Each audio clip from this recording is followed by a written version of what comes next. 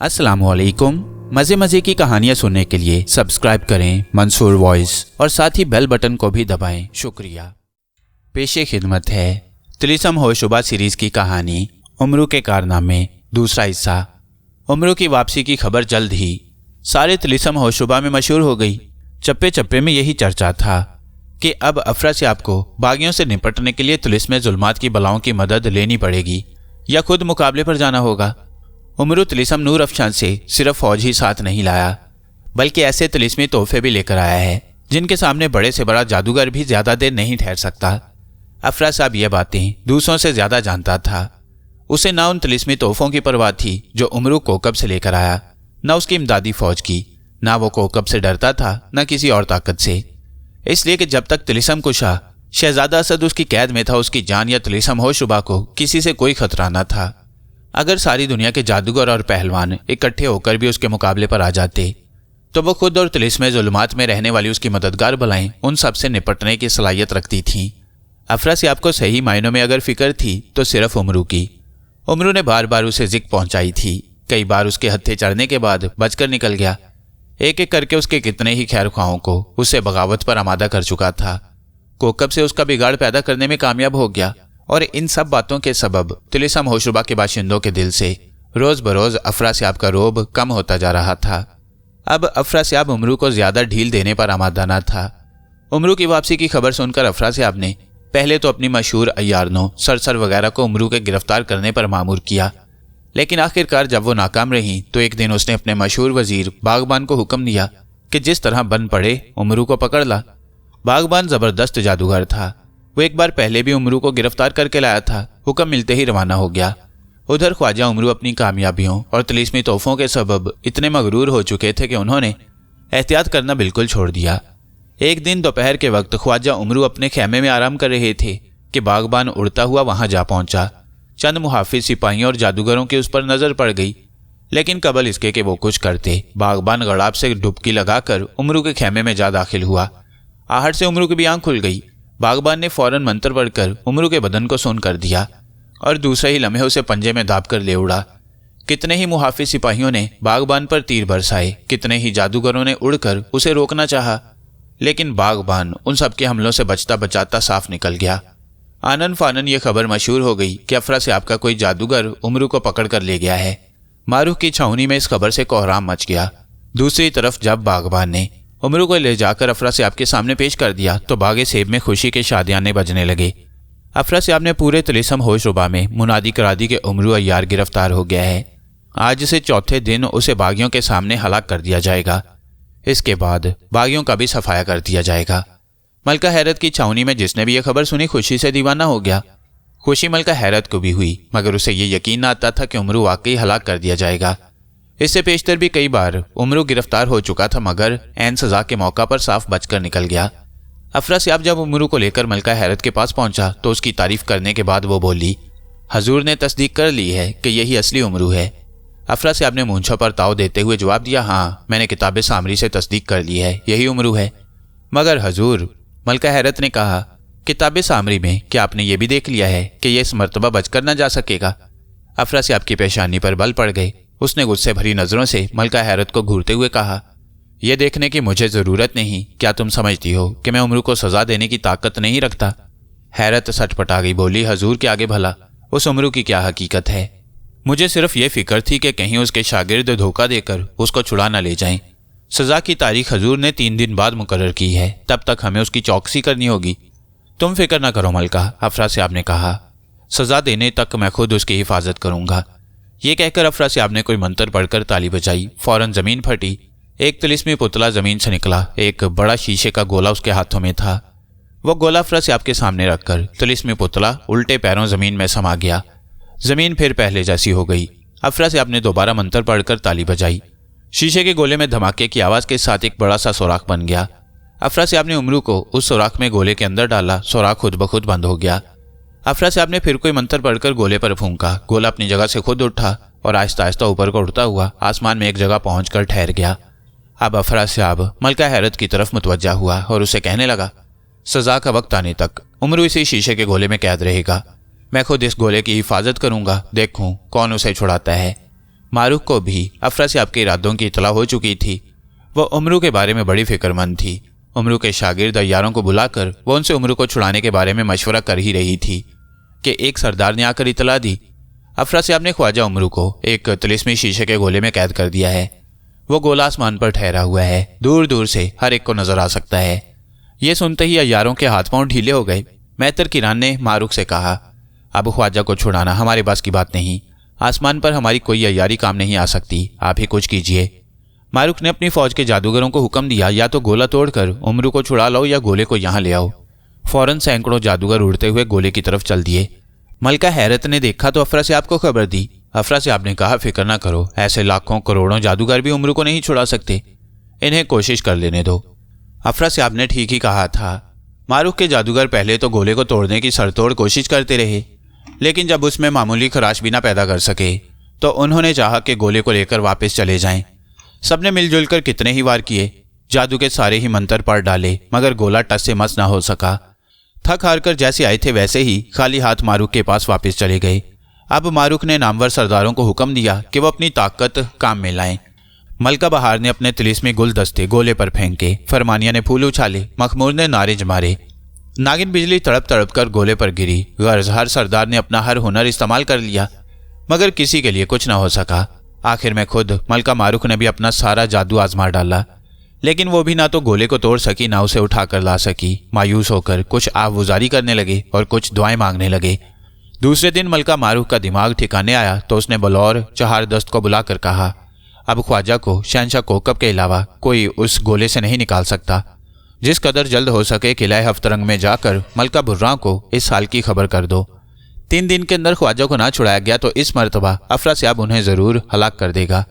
बिलौर ने कुछ सोचकर जवाब दिया, यहाँ से किला हफ्तरंग का कम से कम सफर 1 दिन का है, मगर वो रास्ता ख्वाजा के सिवा दूसरे के लिए नहीं है। दूसरा कम से कम सफर 4 दिन का है। मैं कोशिश करूंगा कि पूरा जोर लगाकर उस रास्ते से 2 दिन में वहां जा पहुंचूं। मुझे यकीन है कि मलका बुर्रां को इतला मिल गई तो चाहे वक्त कितना ही कम क्यों ना हो, वो या शहंशाह कोकब यहाँ पलक झपकते में भी पहुंच सकते हैं। बहरहाल आप इत्मीनान रखें, मैं उन्हें वक्त से पहले ही जाकर खबर कर दूंगा। मारूख ने दुआएं देकर बिलौर को रुखसत किया। बिलौर ने बड़ा जोर लगाया, मगर वो उस रात से पहले मलका बुर्रां के पास न पहुंच सका, जिसकी सुबह उमरू को कत्ल होना था। बुर्रां नहीं चाहती थी कि इस वाक़े की खबर शहंशाह कोकब को हो। उसे डर था कि कोकब उसे रोककर खुद उमरू को छुड़ाने जा पहुंचेगा, और वो चाहती थी कि ये सेहरा उसके सर बंधे। चुनाचे बिल्लौर को उसने वहीं से मारूख के पास वापस कर दिया और मलका अख्तर और मजलिस जादू वगैरह को राजदारी की ताकीद करके खुद तने तनहा उमरू को छुड़ाने के लिए चल दी। वक्त बहुत कम था, मगर वो इतनी तेज उड़ी कि सूरज निकलते निकलते मारूख की छावनी के करीब जा पहुंची। शीशे का वो तिलिस्मी गोला जो दोनों लश्करों के दरमियान हवा में लटका हुआ था और जिसमें उमरू कैद था, उसे साफ दिखाई दे रहा था। पहले उसके जी में आई कि जाकर मारूख वगैरह को तसल्ली दे, मगर फिर ये सोचकर कि अफरासियाब खबर पाकर होशियार हो जाएगा, उसने ये इरादा मुलतवी कर दिया। हवा में उड़ते उड़ते मंतर पढ़कर उसने अपनी जादुई ताकत बढ़ाई और फिर तीर की तरह सीधी तिलिस्मी गोले से जा टकराई। आखिर को शहंशाह कोकब की बेटी थी। गोले में सुराख हो गया और वह उसके अंदर जा पहुंची। 4 दिन की मुसलसल भूख प्यास से उमरू निढाल हो रहा था। आंखों के इशारे से उसने मलका बुर्रां का शुक्रिया अदा किया। इत्तफाक से अफरासियाब उस वक्त तिलिस्मी गोले पर नजर जमाए हुए था। एक जादूगरनी को उसके अंदर जाता देखकर जोर से ललकारा और उड़ता हुआ गोले की तरफ लपका। मलका बुर्रां उसके ललकार सुनकर हड़बड़ा गई। उमरू को पंजे में दाबकर पूरी कुव्वत से ऊपर को उड़ी। गोले की छत में शगाफ तो हो गया और वह उसमें से ऊपर भी निकल गई, लेकिन छत से टकराने की वजह से उसका सर जख्मी हो गया और चोट की दमक के सबब उमरू उसके पंजे से छूटकर तिलिस्मी गोले के फर्श पर गिर पड़ा। अफरासियाब उड़ता हुआ उसके सर पर पहुंच चुका था। बुर्रां उमरू को उठाने के लिए दोबारा गोले के अंदर जाती तो निकलना नामुमकिन हो जाता। मजबूरन जान बचाने के लिए अपने तिलिस्म की तरफ उड़ती चली गई। उसके सर से खून के फवारे छूट रहे थे।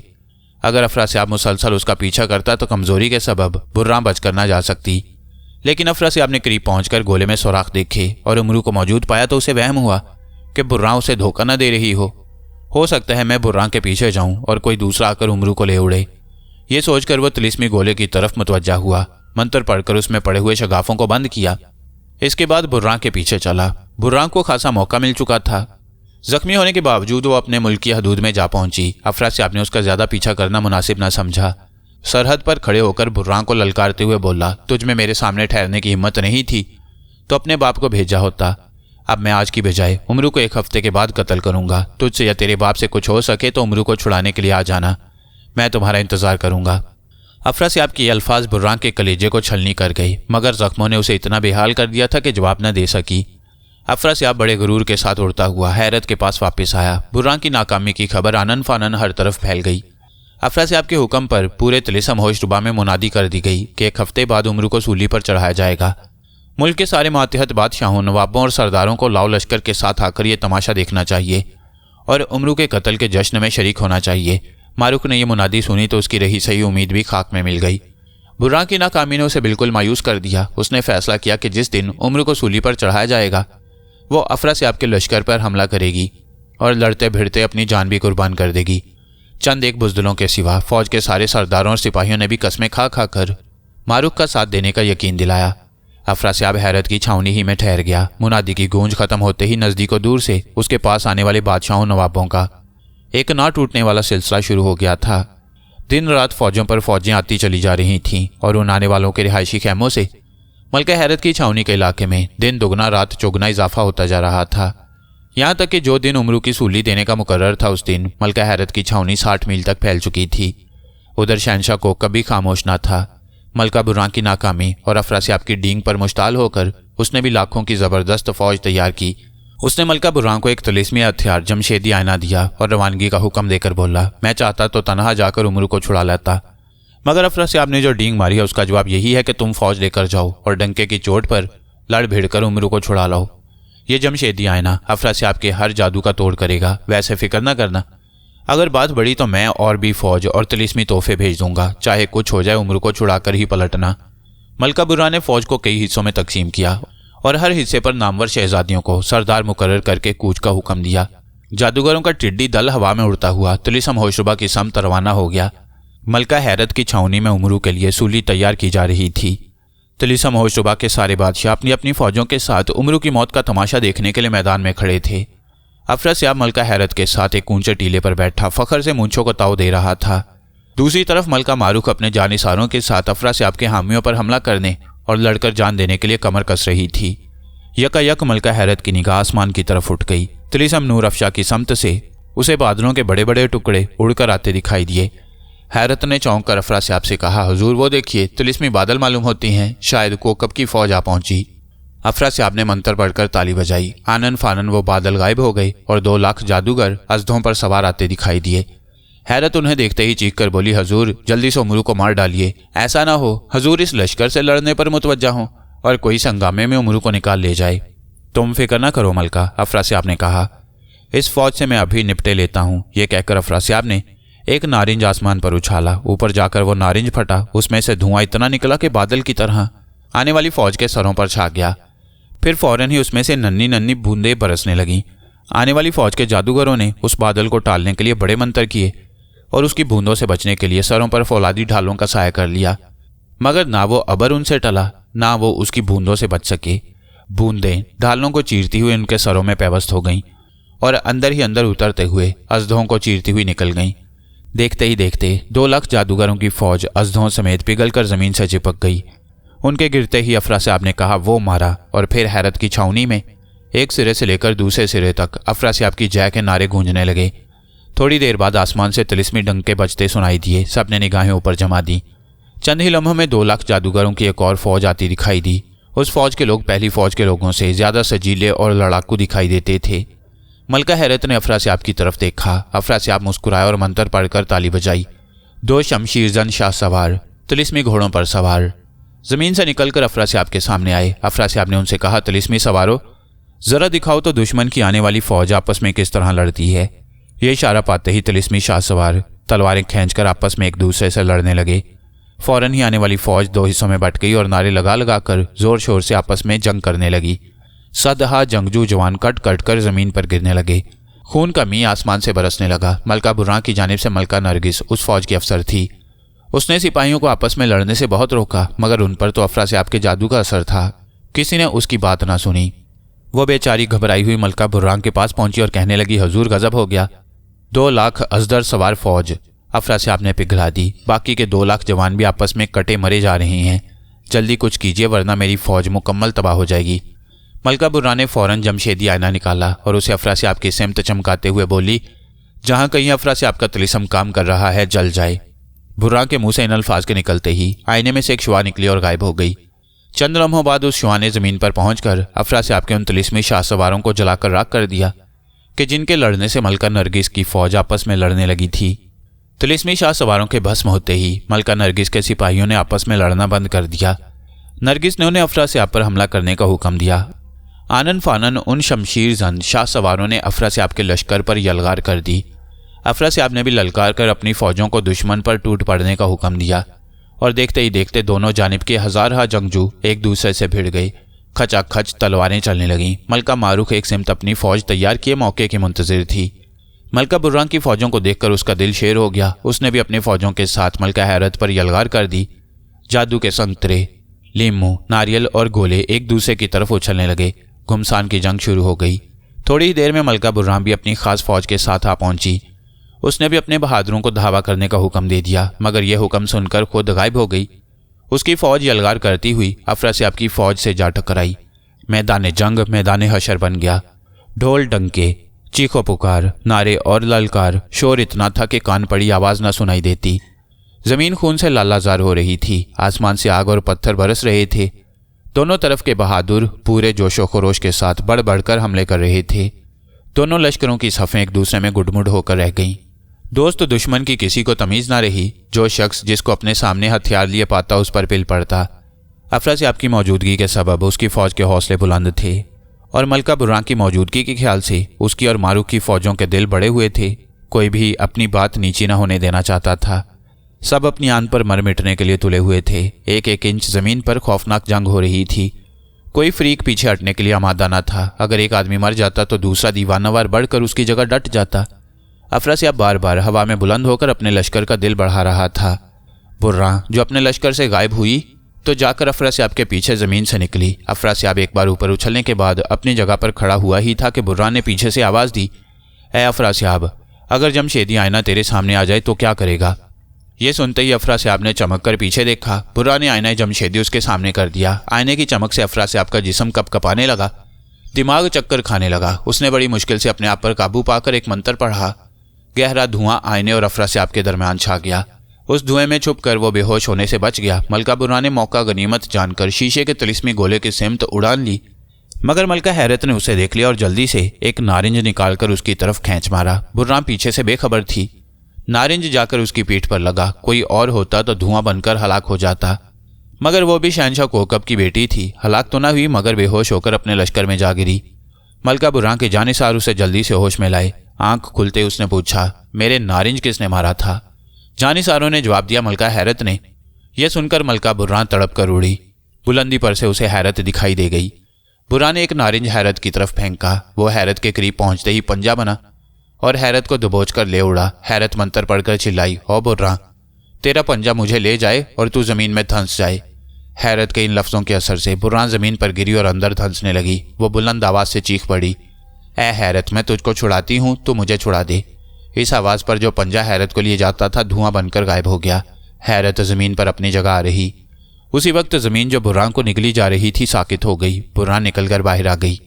इस अरसे में अफरासियाब जमशेदी आने की चमक के असर से आज़ाद होकर धुएं से बाहर आया। लड़ाई का जोर देखकर उसने सोचा कि जब यह लड़ाई उम्रू के लिए लड़ी जा रही है तो क्यों ना उसे कत्ल ही कर दिया जाए। ये ख्याल करके वो तैगे तिलिस्मी लेकर शीशे के गोले की तरफ उड़ा। मलका बुर्रा की निगाह उस पर पड़ गई। वो भी ऊपर उड़ी। अफरासियाब उसे ऊपर था। बुर्रा ने हवा में ठहरे हुए जमशेदी आईना निकालकर शीशे के गोले की तरफ चमकाया। अभी अफरासियाब उसके करीब पहुंचा ही था कि जमशेदी आईने की चमक से शीशे का तिलिस्मी गोला धुआं बनकर उड़ गया। उमरू तेजी के साथ नीचे गिरने लगा। अफरासियाब हैरान होकर इधर उधर देखने लगा। इस मौका से फायदा उठाते हुए बुर्रा ने उमरू को झपट लिया और उसे लेकर तेजी से उड़ती हुई तिलिस्म नूर अफशां की तरफ चल पड़ी। बुर्रा की यह चाबुक दस्ती दोस्त दुश्मन सभी ने देखी थी। सब चिल्लाने लगे, ले गई, ले गई, उमरू को बुर्रा ले गई। अफरासियाब ने चौंक कर आसमान पर निगाहें दौड़ाईं। बुर्रा तिलिस्म नूर अफशां की जानिब तेजी से उड़कर जाती दिखाई दी। अफरासियाब बाज की तरह उस पर झपटा। वो गुस्से में चीखता जाता था, आज तू मेरे हाथ से बचकर नहीं जा सकती, आज हरगिज नहीं छोड़ूंगा। ऊपर का यह हाल देखकर नीचे जंग करने वाले दोनों तरफ के बहादुर और ज्यादा जोश में आ गए और सर हथेलियों पर रखकर भूखे शेरों की तरह नए वलवले के साथ एक दूसरे पर टूट पड़े। पहले से ज्यादा घुमसान की जंग शुरू हो गई। सूरज डूबने तक मौत का बाजार गर्म रहा। जादूगरों ने अपने सारे करतब दिखा डाले। शमशीर जन बहादुरों ने अपना सारा जोर लगा दिया, लेकिन दोनों में से किसी को ना शिकस्त हुई ना फतह। मजबूरन अंधेरा होने पर मलका हैरत और मलका मारूख ने जंग बंद करने का तिबल बजवाया। दोनों तरफ की फौजें एक दूसरे से अलग होकर अपनी अपनी छावनियों की तरफ चल दी। उधर मलका बुर्रा दिन ढले तक बराबर आगे बढ़ती रही, मगर सूरज डूबते डूबते अफरासियाब उसके करीब पहुंच ही गया। नीचे एक पहाड़ी इलाका था। बुर्रा अफरासियाब को चक्कर देकर उसमें उतर गई। उमरू कुछ तो भूख प्यास की तकलीफ से और कुछ शीशे के गोले से गिरने के सबब बेहोश हो गया।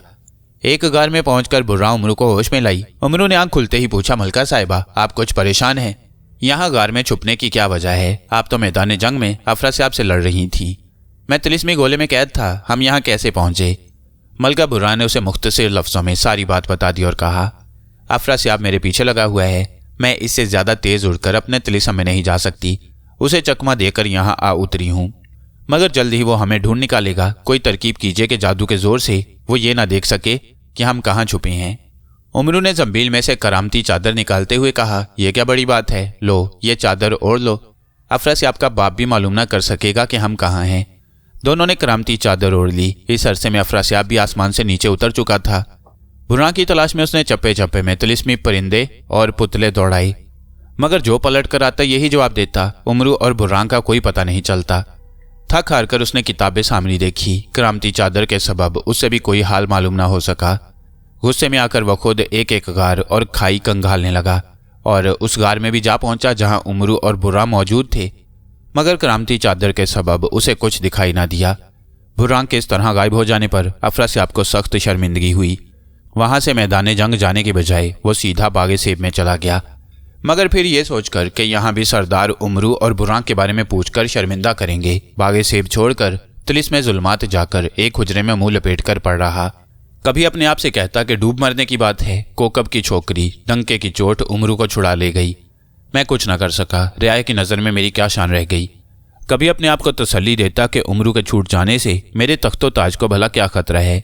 तिलिस्म होशरुबा सिर्फ शहजादा असद फतह कर सकता है, वो भी उस वक्त जब तिलिस्म की लौ हासिल हो जाए।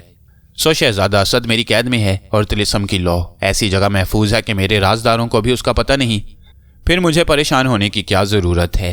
उमरू और मलका बुर्रा काफी देर तक करामती चादर में छुपे रहे, लेकिन जब गार के बाहर काफी अरसे तक सन्नाटा रहा तो मलका बुर्रा ने चादर अलग करके जादू के जरिए अफरासियाब के बारे में खबर मालूम की।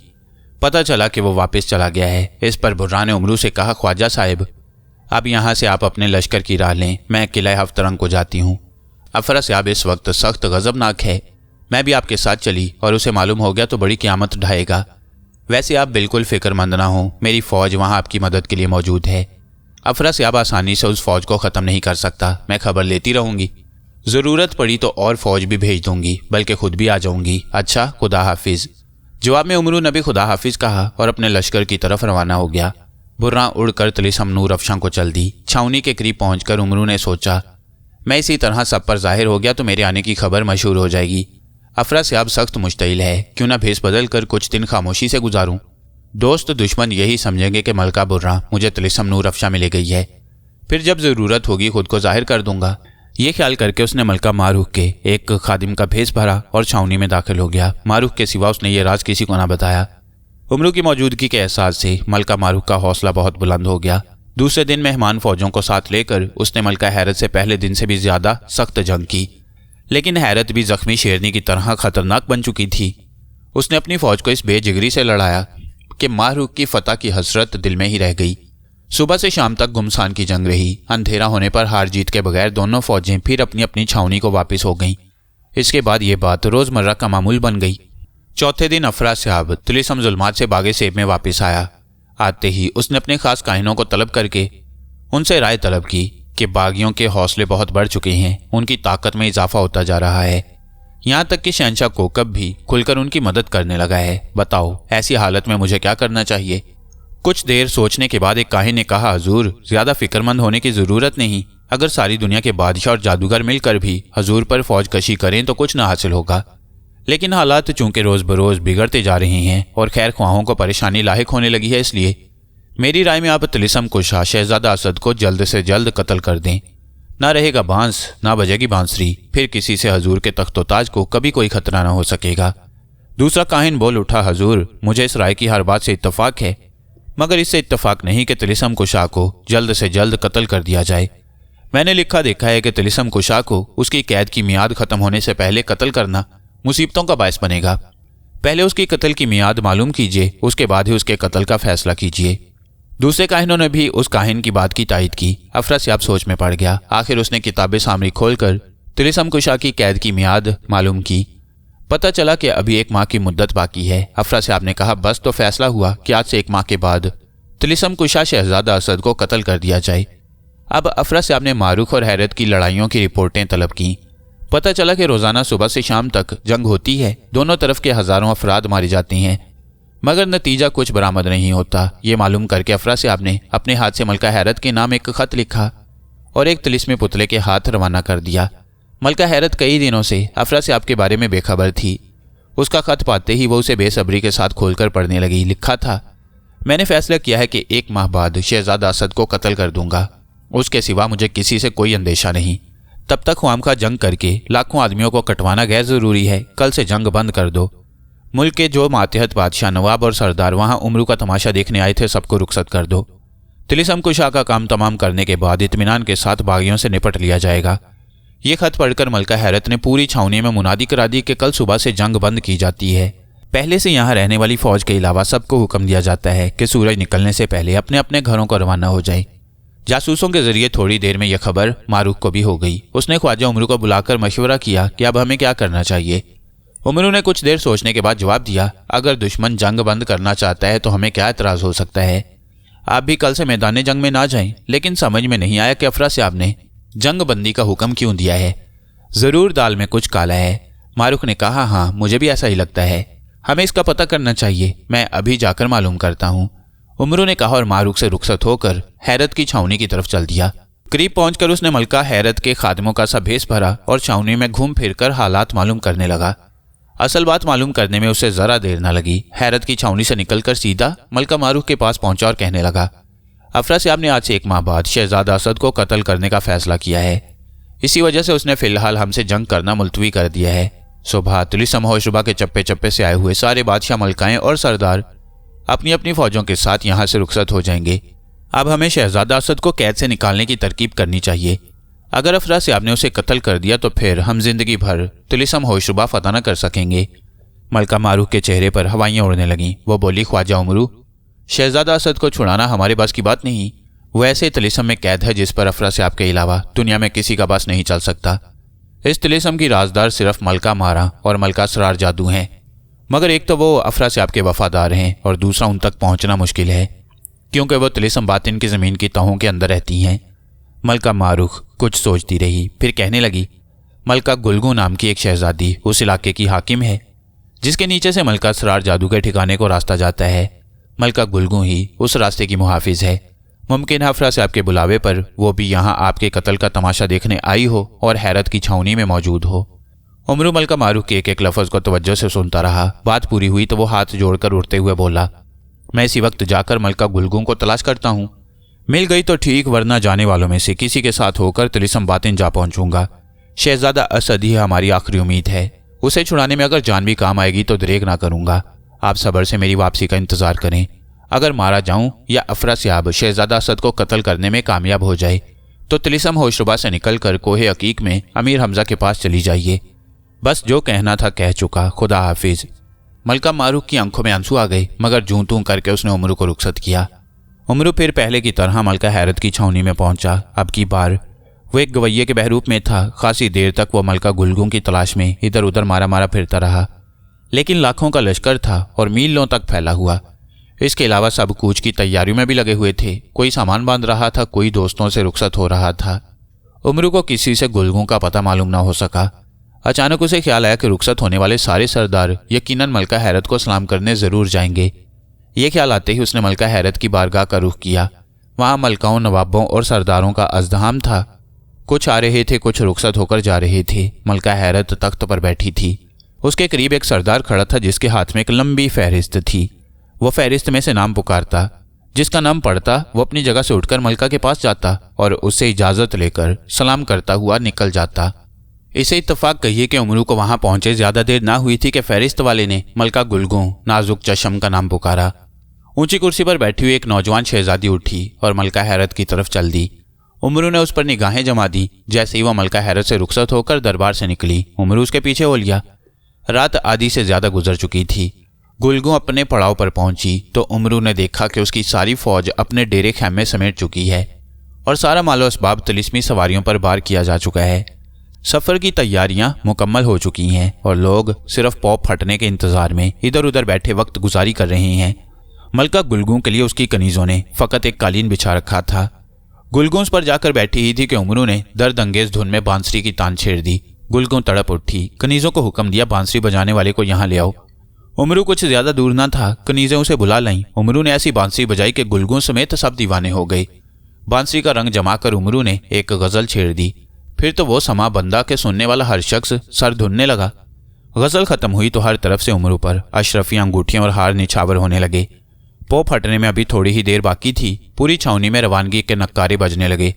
गुलगू ने उमरू से कहा, मियाँ मेरासी, तुम्हारा नाम क्या है, हमारे साथ चलोगे?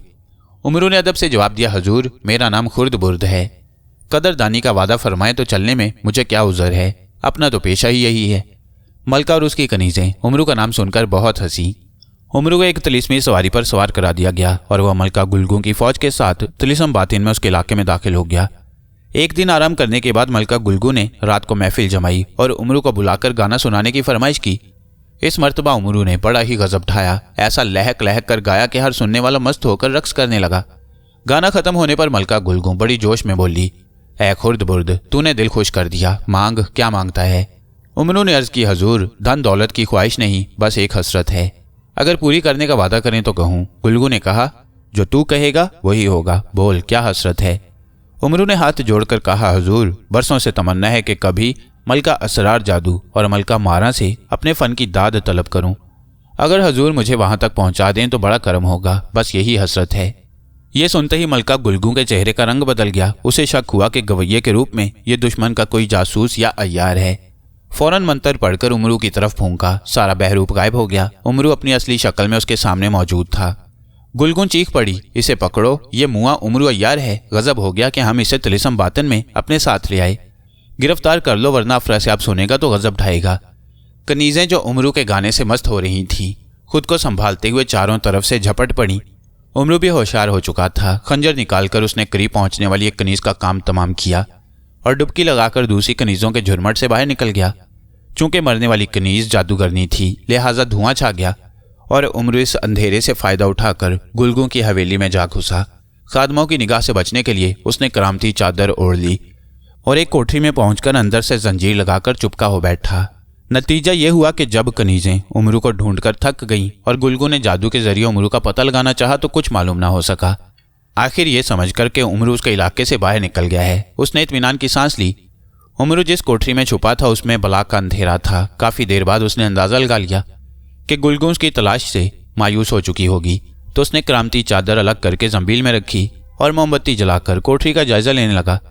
ये देखकर उसे बड़ा अचंभा हुआ कि कोठरी में सिवाय एक आला कालीन के दूसरा कोई सामान नहीं। ये कोठरी किस काम आती है? ना माल खाना है, ना ख्वाबगाह, ना बैठक। ये आखिर क्या है? उमरू बार बार ये सोचता रहा। जब कुछ समझ में ना आया तो उसने दिल में कहा, चलो फिलहाल इस कालीन ही को मालिक गनीमत बनाओ। उसने कालीन लपेटकर जंबील में डाली ही थी कि एक कोने में निगाह पड़ते ही वो चौंक पड़ा। अरे, ये तो तहखाने का दरवाजा लगता है। एक लट्टू जैसा कोने के फर्श पर जुड़ा हुआ था। उसने सोचा, मुमकिन है इस तहखाने में खजाना हो, चलकर देखना चाहिए। उसने लट्टू को दोनों हाथों से थामकर ऊपर को जोर किया तो दरवाजे जैसा एक तख्ता ऊपर को उठ गया। नीचे सीढ़ियां जाती दिखाई दे रही थीं। उमरू धड़कते हुए दिल के साथ नीचे उतरा। थोड़ी ही देर में वो एक बड़े तहखाने में था। उस तहखाने के फर्श पर भी एक जगह लट्टू जुड़ा हुआ था। उसे उठाने पर फिर सीढ़ियां जाहिर हुईं, एक के बाद एक। इसी तरह 7 तहखाने मिले। आखिरी तहखाने में पहुंचकर दीवार में एक दरवाज़ा नजर आया। उसे खोलकर आगे बढ़ा तो एक सुरंग नजर आई। उसमें चलते चलते वो बिल आखिर एक बाग में पहुंचा। इस सफ़र में सारी रात गुजर गई। जब वो बाग में दाखिल हुआ तो परिंदे चहचहा रहे थे। नसीमें सुबह इठला इठला कर चल रही थी। कुछ कनीजें क्यारियों में से फूल चुन रही थीं। उमरू ने अंदाज़ा किया कि यह बाग किसी मलका या शहजादी का है। जिसके गहने और गुलदस्ते बनाने के लिए कनीज़ें फूल तोड़ रही हैं। जिस कुंज के पीछे छुपा हुआ वो ये सब देख रहा था, उसके पीछे सफ़ेद गुलाबों का एक तख्ता था। कुछ देर बाद एक शौक कनीज़ दूसरों से अलग होकर उसकी तरफ आने लगी तो दूसरी कनीज़ बोली, अरे शमशाद किधर चली? उसने जवाब दिया, ज़रा सफ़ेद गुलाब तोड़ लाऊं। उमरू तैयार हो बैठा। जैसे ही शमशाद कुंज की ओट में आई, उमरू ने बेहोशी का गुब्बारा मारकर उसे बेसुध किया। फिर जल्दी जल्दी उसका बहरूप बनाया और उसे कुंज के अंदर छुपाकर सफ़ेद गुलाब तोड़े और जाकर दूसरी कनीज़ों में घुल मिल गया। उमरू ने सफ़ेद गुलाब के जो फूल तोड़े थे वो बड़े खूबसूरत थे। एक कनीज़ ने उसके चुटकी लेते हुए कहा, अरे शमशाद, बड़ा अच्छा फूल लाई है। मलका मारा इसे ज़रूर अपने जूड़े में लगाएगी। इस जुमले से उमरू समझ गया कि किस्मत उसे जिस जगह ले आई है वो वही है जहां पहुंचने की आरजू वो लेकर चला था। कुछ देर बाद सारी कनीज़ें महल को चल दी।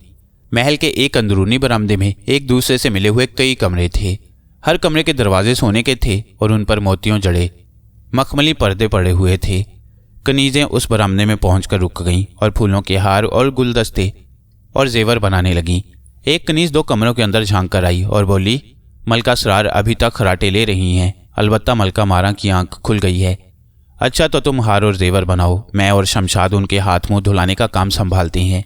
दूसरी कनीज़ ने कहा और उमरू को उठने का इशारा किया। उमरू उठकर उसके पीछे चला।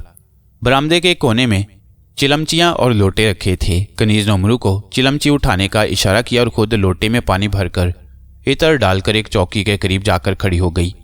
उमरू भी उसके पास जाकर खड़ा हुआ। चौकी में एक तरफ मखमल के तौलिए तय किए रखे थे। एक कमरे का दरवाजे इस चौकी के करीब ही था। उमरू समझ गया कि यह मलका मारा का कमरा है। चंद लम्हों बाद एक खूबसूरत और नौजवान लड़की कमरे से निकलकर बाहर आई। बरामदे में मौजूद सारी कनीज़ें उसे देखते ही उठ खड़ी हुई। झुक झुक कर सलाम करने के साथ सब एक साथ पुकार उठी, हजूर सुबह मुबारक। उमरू भी आदाब बजा लाया। मारा की सादगी, खूबसूरती और कमसिनी पर बेख्तियार उसको रहम आ गया। दिल ही दिल में कहने लगा, काश ये लड़की ईमान ले आए, काश मुझे इसे हलाक ना करना पड़े। मारा सलाम लेकर मुस्कुराती हुई चौकी पर बैठ गई। उमरू और उसके साथ की कनीज़ ने उसका मुंह धुलवाया। दूसरी कनीज़ों ने आकर गुलदस्ते, हार और फूलों के जेवर पेश किए। मारा कनीज़ों से हंसने बोलने लगी। इतने में बराबर वाले कमरे से आवाज़ आई, है शमशाद। मारा रानी उठ गई कि नहीं? इससे पहले कि नकली शमशाद कुछ कहती, मारा चहक उठी, जी उठ गई नानी जान, हाजिर होती हूँ। उमरू समझ गया कि दूसरे कमरे में आने वाली आवाज़ मारा की नानी मलका असरार जादू के अलावा और किसी की नहीं। सोचने लगा कि अब मुझे क्या करना चाहिए। इतने में मारा चौकी से उठी और उमरू यानी नकली शमशाद को पीछे आने का इशारा करती हुई दूसरे कमरे की तरफ चली। उमरू पीछे हो लिया, मगर उसके दिल को धड़का लग गया कि असरार जादू ने भी शमशाद को पुकारा और मारा भी उसे अंदर लिए जाती है। इसमें कहीं कोई गड़बड़ ना हो। कमरे के अंदर बीच में एक और भारी पर्दा लटक रहा था। मारा के इशारे पर उमरू ने पर्दा सिरकाया। सामने मसहरी पर एक दुबली पतली सफ़ेद बालों वाली बुढ़िया बैठी हुई थी। उसके चेहरे पर बेअंदाज झुर्रियाँ पड़ी थीं, मगर लिबास और जेवर बड़े आला थे। बुढ़िया किसी फिक्र में परेशान दिखाई दे रही थी। उमरू एक तरफ को खड़ा हो गया। मारा नानी जान आदाब कहती हुई आगे बढ़ गई और बुढ़िया से लिपट गई। मलका असरार ने मारा की पेशानी पर बोसा दिया और बलाएं लेकर कहने लगी, लड़की ज़माना बड़ा नाजुक आ गया है। तिलिस्म कुशा के कत्ल की तैयारियां हो रही हैं। मुल्क में इनकलाब के अंदेशे हैं। बस आज से खेलकूद बिल्कुल बंद। अपने इलाके की सरहदों की देखभाल की फिक्र कर। मारा बोली, नानी जान आपको तो बैठे बिठाए वहम हो गया है, कुछ भी ज़माना ख़राब नहीं। आज तो मैं नाटक के खेल की तैयारी करूंगी, मेरी सहेलियां आने वाली हैं। बेटी तू समझती क्यों नहीं? मलका असरार बोली, भला रात तक मैंने कोई ऐसी बात की थी? फिर रात ही रात में ऐसी कौन सी तब्दीली आ गई? मलका मारा ने पूछा। बेटा बात यह है कि जब से सोकर उठी हूँ दिल सख्त परेशान है। मुझे पता चला है कि तिलिस्म का दुश्मन उमरू अय्यार तुम्हारे बाग में आ पहुंचा है। वो आफत का परकाला है, जिस तरह बन पड़े उसे ढूंढ निकालो, वरना ना मेरी खैर है ना तेरी। अच्छी बात है नानी जान, मारा उठते हुए बोली, जाकर ढूंढती हूँ। फिर बाहर आकर कनीज़ों से कहने लगी, मालूम होता है रात नानी जान को भयानक ख्वाब दिखाई देते रही हैं। कहती हैं उमरू यहाँ आ गया है, उसे ढूंढो। भला उमरू यहाँ कैसे आ सकता है? मलका गुलगू हमारी सरहद की मुहाफिज है, वह उमरू को कैसे आने दे सकती है? कनीज़ें हाँ में हाँ मिलाने लगी। उमरू चौकन्ना हो गया। ज्यादा देर ना गुजरी थी कि मलका असरार जादू की फिर आवाज आई, मारा बेटी उमरू की तलाश शुरू कराई कि नहीं? मारा ने झूठ मूठ कह दिया, नानी जान महल में तो देख लिया, कहीं नहीं है। कनीज़ों को बाग में भेजा है, अब खुद भी जाकर ढूंढती हूँ। ए लड़की क्यों मुझे बनाती है? असरार पुकारी। तू ढूंढ चुकी, आदमी दिल लगाए तो काम हो। अच्छा छोड़, काली किताब किसी से भिजवा दे, मैं खुद पता करती हूँ वो अय्यार किसके बहरूप में है। मारा अपने कमरे में आ गई और एक काली जिल्द वाली किताब लाकर उमरू को देते हुए बोली, शमशाद दे आई से नानी जान को। उमरू के दिल में एक मंसूबा तैयार था। वो किताब लेकर असरार जादू के पास जा पहुंचा। असरार जादू ने उमरू पर निगाह डाले बगैर किताब लेकर देखनी शुरू कर दी। उमरू ने कमंद का फंदा असरार जादू की तरफ फेंका और जब उसकी गर्दन फंदे में आ गई तो इंतहाई फुर्ती के साथ कमंद को झटका दिया, मगर एकदम उसके बदन में सनसनी दौड़ गई। झटके के साथ ही मलका असरार का सर फर्श पर जा गिरा। धड़ मसहरी पर तड़पने लगा, मगर धड़ से और गर्दन से खून का एक कतरा भी न टपका। इस अजीब वाक्य पर उमरू हैरान ही हो रहा था कि पहलू की दीवार शक हुई और मलका असरार बाहर आते हुए ललकारी, खबरदार, तू मुझसे बचकर नहीं जा सकता। मेरा नाम असरार जादू है, तू मुझे धोखा नहीं दे सकता। उमरू ने फुर्ती से खंजर निकाला और चाहता था कि झपट कर असरार पर वार करे कि उसने कोई मंत्र पढ़कर ताली बजाई। हवा का एक थपेड़ा उमरू को लगा और वो अपनी असल शक्ल में आ गया। जमीन ने उसके पांव जकड़ लिए। असरार ने आवाज देकर मारा को बुलाया। वो कमरे में आई तो असरार ने तंज करते हुए कहा, लो रानी जी, देख लो उमरू को। शमशाद के बहरूप में था। तुम्हें तो मेरी बात का यकीन नहीं आ रहा था, अब बोलो क्या कहती हो। मारा उमरू को देखकर हक्का बक्का रह गई। बोली, नानी जान आप ठीक फरमाती हैं, गलती की जो यकीन नहीं किया। मगर नानी जान, आप तो कहती थी उमरू बहुत खतरनाक है। मुझे तो यह सेंक सलाई सा आदमी बिल्कुल खतरनाक मालूम नहीं होता। देखिए ना बेचारा कितना सहमा हुआ है, बरसों का भूखा प्यासा भी लगता है।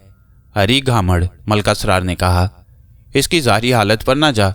बिस की गांठ है। शहजादा अफरासियाब को इसने तिगनी का नाच नचा रखा है। सैकड़ों नामी ग्रामी जादूगरों को हलाक कर चुका है। अगर मैं होशियार ना होती तो मुझे भी कत्ल कर चुका होता। अब मैं इसे न अपने पास रखूंगी न अफरासियाब के पास भेजूंगी। इसे बाग में ले जाकर कत्ल करूंगी, वरना ये निकल भागेगा। कितनी ही बार मलका हैरत और अफरासियाब तक को धोखा दे चुका है। ये कहकर मलका असरार ने कनीजों को इशारा किया। उन्होंने उमरू के हाथ पैर बांध दिए और उठाकर बाग को ले चली। बाग में पहुंचकर मलका असरार चाहती थी कि उमरू को कत्ल करे कि अचानक करीब की जमीन फटी और एक सफेद दाढ़ी वाला आदमी बाहर निकला। ठहर जा। आने वाले ने मलका असरार से कहा। असरार की जूं ही उस पर नजर पड़ी, उस्ताद उस्ताद कहती हुई हाथ जोड़े उसकी तरफ बढ़ी और करीब पहुंचकर बूढ़े जादूगर के पांव छुए। मारा ने भी आगे बढ़कर उसके हाथों को बोसा दिया। उसने बारी बारी दोनों के सरों पर हाथ फेरा, दुआएं दी और फिर एक तरफ ले जाकर कहने लगा, बड़ी खैरियत हुई, मैं वक्त पर पहुंच गया। उमरू हलाक हो जाता तो हम सब अजाब में मुब्तला हो जाते। अब बेहतर यह है कि उमरू को तुम लोग ना सिर्फ छोड़ दो बल्कि इसका साथ दो। उस्ताद, ये आप क्या कह रहे हैं? मलका असरार हैरान होते हुए बोली, ये तो तिलिस्म और शहनशाह अफरासियाब का दुश्मन है। इसे छोड़ देने या इसका साथ देने का मतलब है कि हम शहनशाह से गद्दारी करें। क्या आप समझते हैं कि इसके बदले में वो हमें सजा देने के बजाय इनाम देगा? बेटी असरार, बूढ़े जादूगर ने उसे समझाते हुए कहा, पुरानी किताबों से इसकी तस्दीक हो गई है कि यह तिलिस्म शहजादा असद के हाथों फतह होगा और अफरासियाब का इक़्तिदार बाकी ना रहेगा। इसलिए तकदीर से लड़ना अक्लमंदी नहीं। अफरासियाब तुम्हारा कुछ भी ना बिगाड़ सकेगा, जबकि शहजादा असद तुम्हें नेकी का पूरा पूरा बदला देगा। उमरू शहजादा असद को छुड़ाने की नीयत से यहाँ आया है। इसकी मदद करो ताकि वो अपने मकसद में कामयाब हो। बस इसी में तुम्हारी भलाई है। मलका असरार और बूढ़े जादूगर में बहुत देर तक बातें होती रहीं। आखिरकार वो उमरू का साथ देने पर आमादा हो गई। उमरू को रिहा कर दिया गया। उसने बूढ़े जादूगर का शुक्रिया अदा किया और फिर सब मिलकर शहजादा असद को रिहा कराने के मंसूबों पर गौर करने लगे।